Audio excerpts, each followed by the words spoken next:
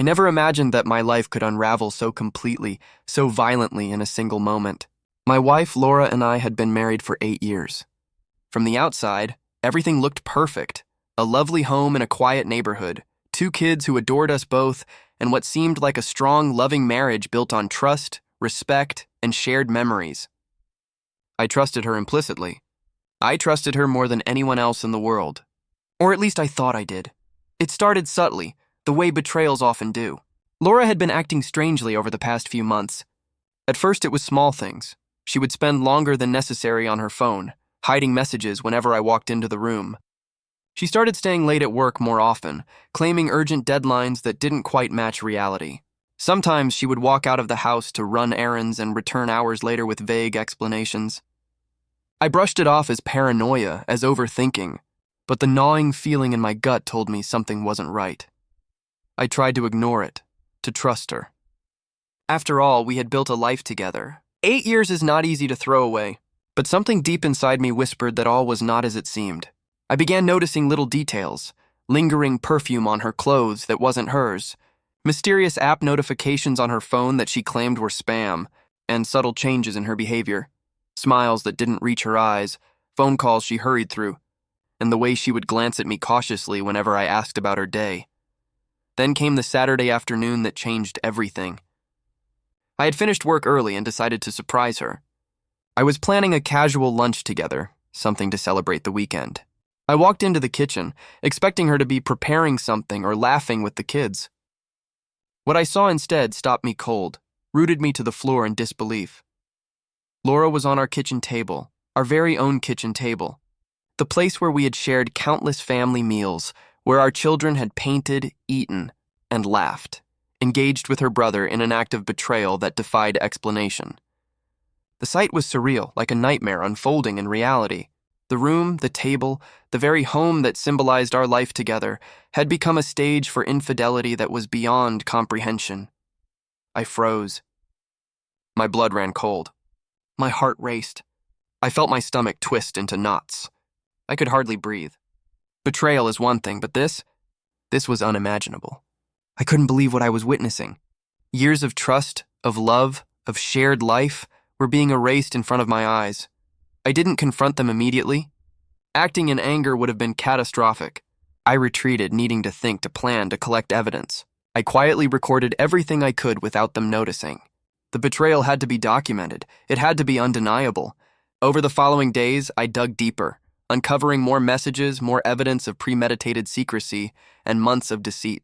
This wasn't a one-time mistake. It was a deliberate affair, hidden under the guise of normal family life.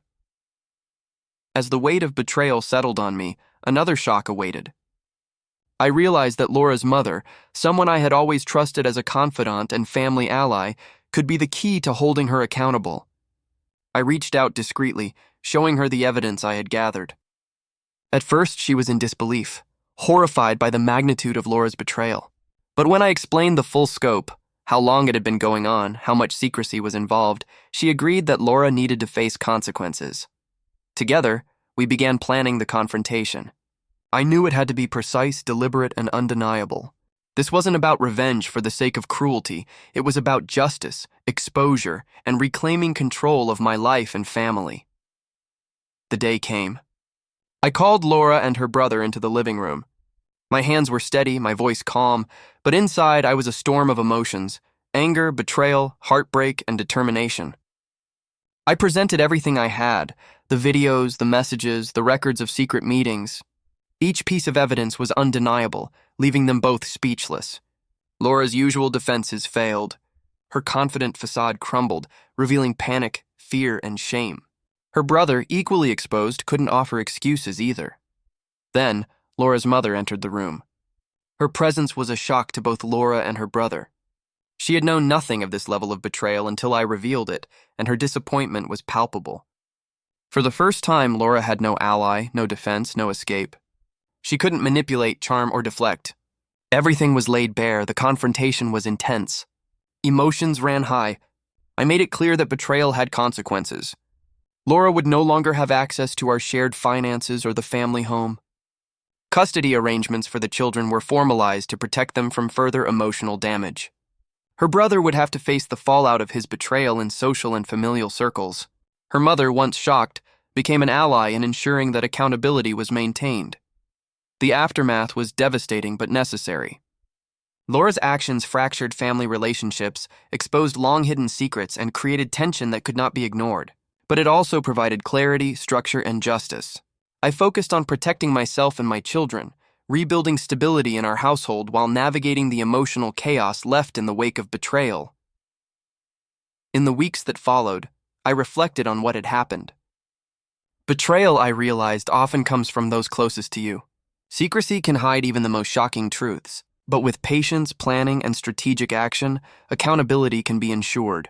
Revenge, when executed thoughtfully, isn't about cruelty. It's about reclaiming control, protecting what's important, and making sure that deception does not continue unchecked.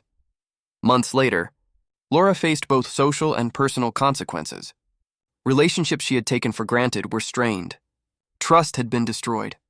Her brother was ostracized from family interactions. Her mother, though heartbroken, understood the need for accountability.